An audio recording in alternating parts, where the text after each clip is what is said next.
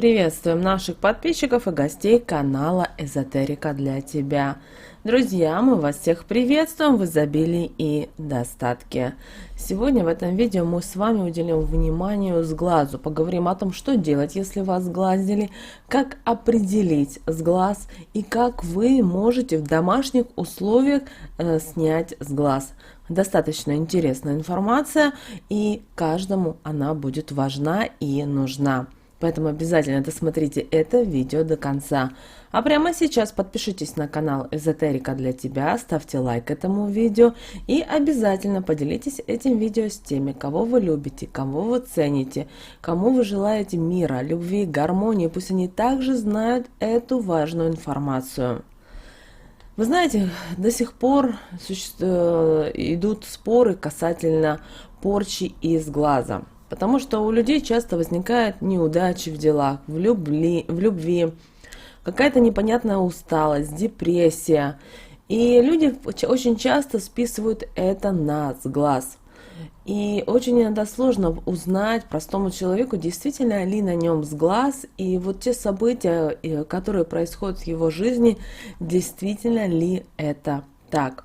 Давайте для начала определим, сглазили вас или нет.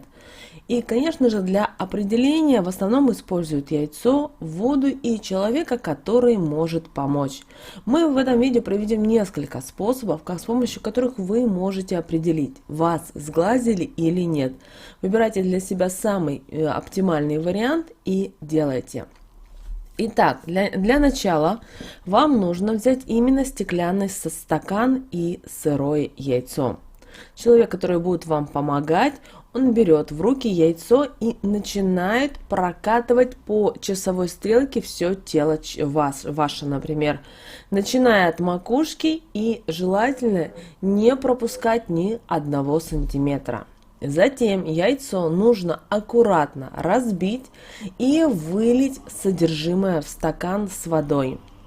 Если от яйца вверх идут, например, белые нити, то знайте, что на человеке, значит, есть небольшой сглаз. Если на нитях образовались пузырьки, то это сглаз серьезный. И тогда стакан с водой нужно поставить у изголовья кровати на всю ночь. Если утром вода осталась прозрачной, а яйцо не потемнело, то есть оно не поменяло свой цвет, то сглаза нет. А если яйцо почернело, а вода стала мутная, то на вас есть порча, и это точно. Определить сглаз вы можете и другим способом. Для этого берем водичку и берем тарелку глубокую. И наливаем воду в тарелку и ставим на голову человеку, которого мы будем определять, есть ли на нем сглаз или нет.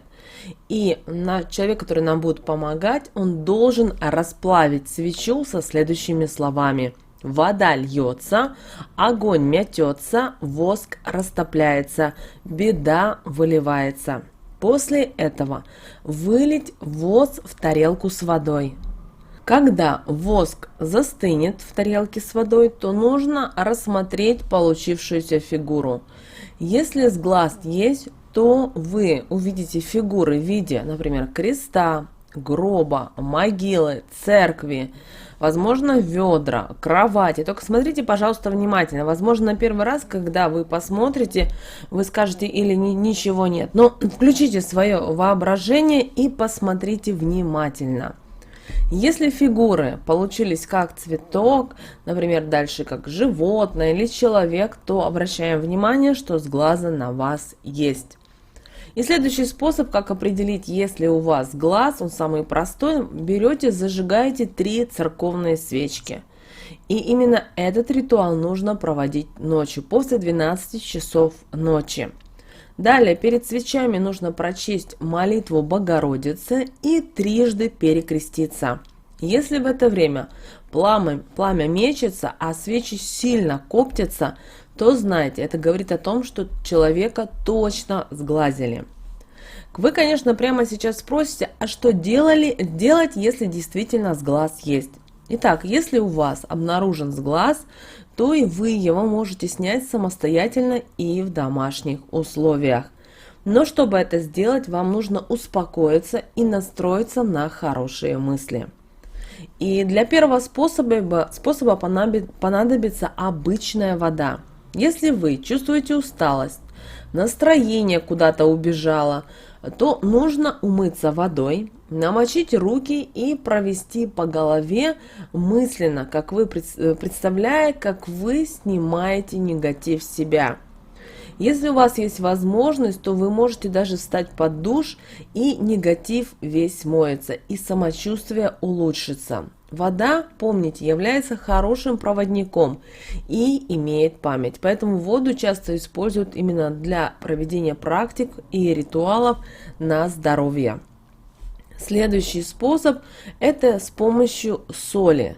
Использование соли тоже способствует очищению ментального тела. На голову посыпают соль в форме креста, и через минут 15 вам нужно помыть голову. Соль используем только каменную. Следующий способ для того, чтобы улучшить свое состояние, то полезно окунуться в море или в океан. Почему именно в море? Потому что морская вода, она снимает негатив. Полезно в этот момент проговаривать слова от снятия с глаза. И это очень важно.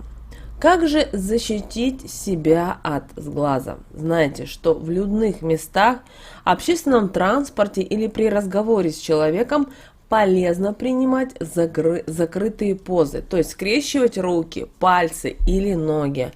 И в этом случае вас будет сложнее пробить и сглазить. Особенно если вы чувствуете, что вы начали с кем-то разговаривать, с незнакомцем, и чувствуете его энергетику негативную, или вы чувствуете, что он на вас начинает влиять. Закройтесь. Просто возьмите или скрестите руки, или пальцы, или ноги, и этого будет достаточно. Если вы чувствуете на себе чей-то взгляд, тогда нужно мысленно представить себя в непробиваемом шаре. Или еще называют фиолетовый шар или золотой шар, от которого будут отскакивать негативные посылы. Но помните о том, что если человек к вам вернулся или, например, что-то вам сказал, не смотреть, не разговаривать, стараться этого не делать. Также бывает и такое, что конфликт происходит с незнакомыми людьми, и тот, например, в сердцах пожелал что-то плохое. Такое бывает и неоднократно. В этом случае скажите: слова негативом заряженные вылетают, но до меня не доберутся, по дороге распадутся. И перед выходом из дома всегда читайте молитву, которая убережет вас от сглаза и негативных посылов окружающих. Обязательно себя старайтесь защищать, и обязательно энергетически, потому что негатив сейчас везде и всюду. Но и также обязательно контролировать свои действия и эмоции.